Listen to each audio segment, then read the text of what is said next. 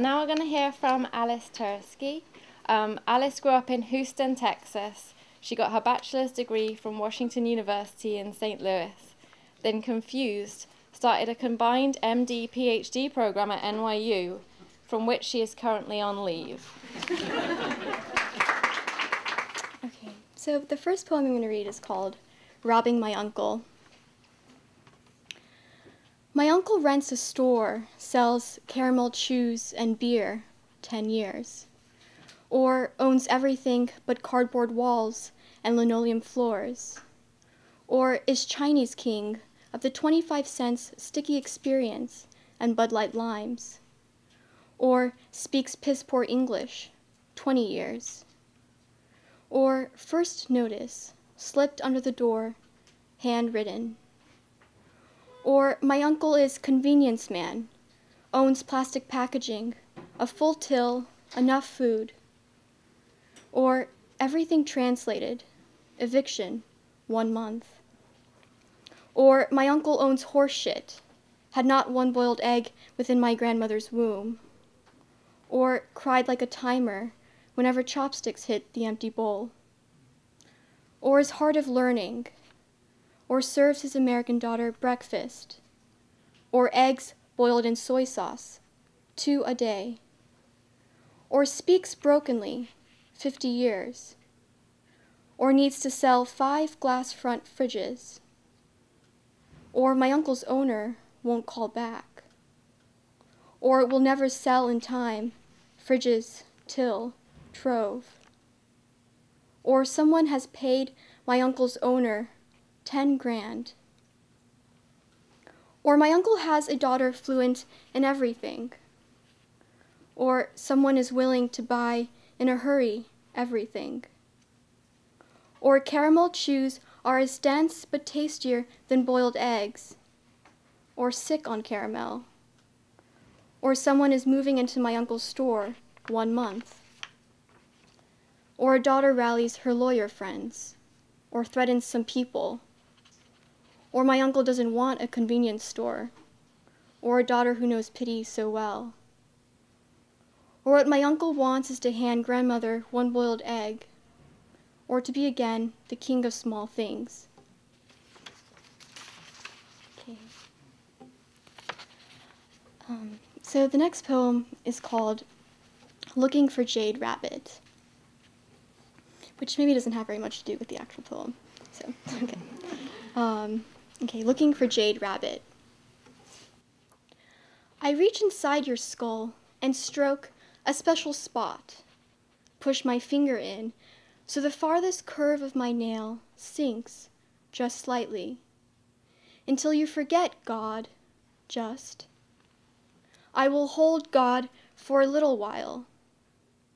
Yes, this is violent. What you smell is bone opened up to its sapwood. The myrrh is dribbling out nicely. Do you want me to stop? I can tell you things. The moon inside your head looks like a moon. The priest is calling the children up.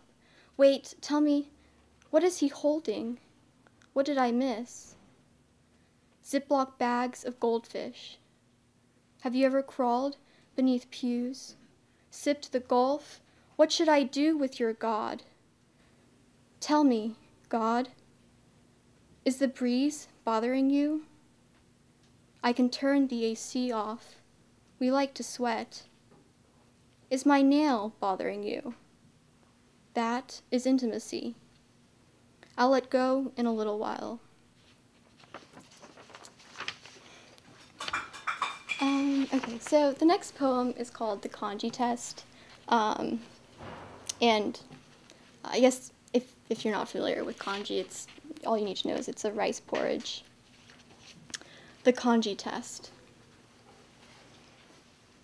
My mother's kanji may look strange to you at first, but is really just 7 portions broth of the bones, boiled with 1 cupful of rice, for the white marrow and white starch she calls silk and we call velvet. So not as strange as the sea, and despite its likeness in looking, neither is it quite the sea's wife, the moon, But I will let you call my mother's kanji a pond, if you can hold your favorite pond in only 2 hands. And it can be served at the first dinners of my blonde auburn boyfriends, when she casts out our slipperiest chopsticks, our largest bowls flush with the kanji we ate only at breakfast, and red templed plates alive with the delicacies we never ate: horse meat, shark fins, and all the tendons of some beast severed in black vinegar and chili. And if I startled you with my appetite, if I swallowed too vigorously, remember that I neither pressed you nor refused your dissent. When you startled, I looked away, understood these delicacies as the test, just did not understand my mother spooning out our breakfast for you, until I found her at the sink one night, sifting your leftovers for dropped and buried horses, sharks, and the distance that had grown in her good daughter. When she saw me watching, she held up something small and gray by the tips and said, "This one would not eat the shark, though she flailed in her water for 3 days to be set upon this table." And I knew then I could turn away from her unhappiness, because it was she who did not understand. But what if I told you I have just lied? If I told you it was never my mother, who loved to laugh, who courted joke after joke from the foreign histories of my blonde auburn boys? That it was me searching the kanji for what I had lost? The whole time it was me. So the next poem is very short. I guess that's a warning. So, the dangers of trying to improve the world. The only time I ever committed deicide, I killed the wrong god. I know. How could I so sin? The only one we thought okay, who walked with tigers in pine federation. The only one who wasn't a god.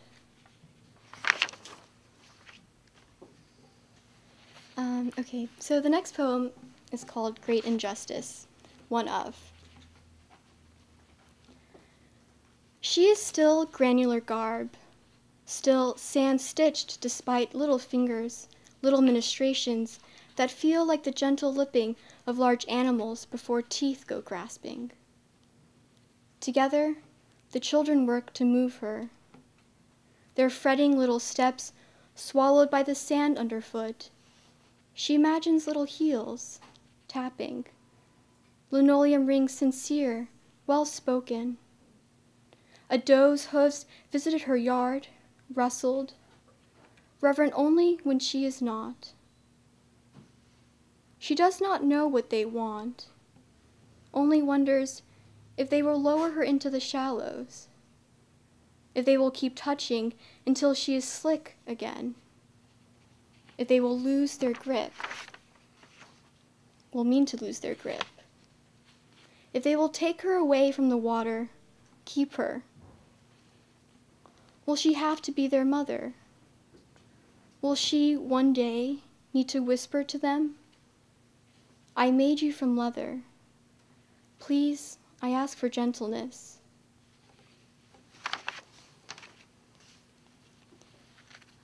Okay, so the next poem is a letter poem, so it doesn't really have a title at the moment, just Dear You. Okay, so, Dear You. We like to pretend we were machines. It seemed more natural that way. Bam, bam, bam, bam, bam, quick the grease, and the whirs of the bassoons and oboes would stir up again. One time, we even got stuck together, and knew we were machines because we had gotten stuck together, which wouldn't have happened any other way if we had been anything else. Sometimes, after your sister called, we would try it the other way, the way of God and goddess, or cramping, gushing quim and cock, or guard skin and sensitive skin, or skin that felt good and skin that felt bad. or the only way we did it. I'm writing to tell you, we were better machines.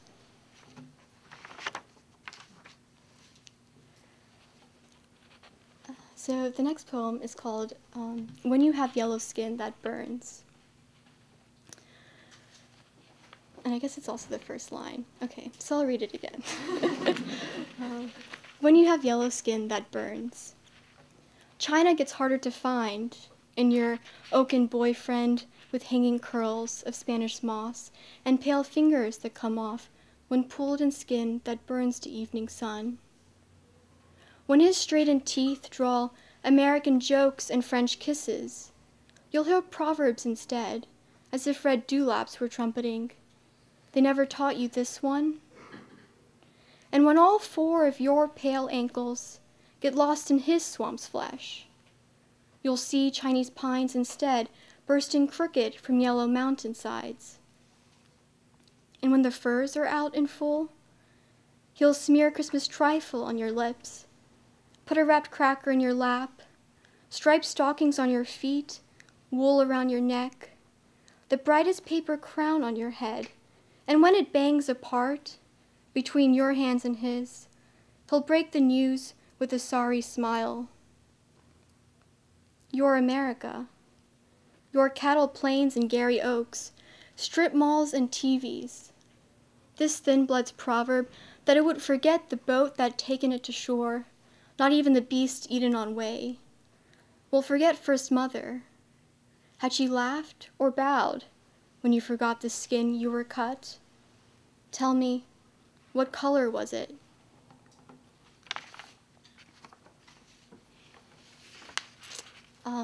So the next film is kind of odd. It has a pedigree and a lot of math. But, okay. It's called Mathematics of a Family Affair. A equals B's daughter. C equals also A's mother. D equals B's son, but not C's son, but also B's brother. Yes, B's, not A's brother. E equals B's more real brother, who is no longer real because he got stuck in the past, i.e. died in the past, i.e. really screwed up B's life because he didn't just die, he tragically died. B equals A plus D's mother, though A equals a shared custody daughter with C, and D equals approximately also B's brother, E, because he looks approximately like him. And so she treats him like she would have treated him if she'd known he was going to die before he was going to die. A plus D reckon B raises them unfair. A would like some of the sibling treatment, and D would like some of the C treatment. So A plus D never bonded or became friends or became very brotherly or sisterly. If they had, you'd probably have been able to skip the next two sentences and all the unhappiness and loose ends they unprove. D equals searching for his father, who has a bachelor's degree in philosophy from a not-so-prestigious school, and so equals struggling to eat, and so spends less than half his time in the physical world, where he has a son looking for him, and more than half his time in La La Land, where he only has to beg for crusts, not pies, because one crust off a God's dinner table equals enough to sustain a philosophy major for 14 days. So you can see why La La Land equals the obviously greater land to spend one's time in than the nonsensical this land equals your land paradox. F equals D's father, who D fails to find. Actually, who D will never come even close to finding. Because D goes looking for cowboys plus drunks plus dead uncles instead of undergrad intellectuals, accustomed to only thinking of B as equal to something pathetic plus hopeless, or drunkenly sloppy plus cokey cray-cray, if you want to feel only bad for D, and not that D equals a spoiled plus ungrateful, though yes, plus very wronged boy. A equals C equals B equals women who are more oval-like than circle-like, who have been flattened since blank, who are useful for foot of trestle plus trestle of foot, plus context, plus debacle to the big blank, plus end to the big blank, plus better bound for convenience, for conveyance of brother to son, son to brother, of life to larger than life, for telling tales about not being about women. And I'm just going to read one more for you.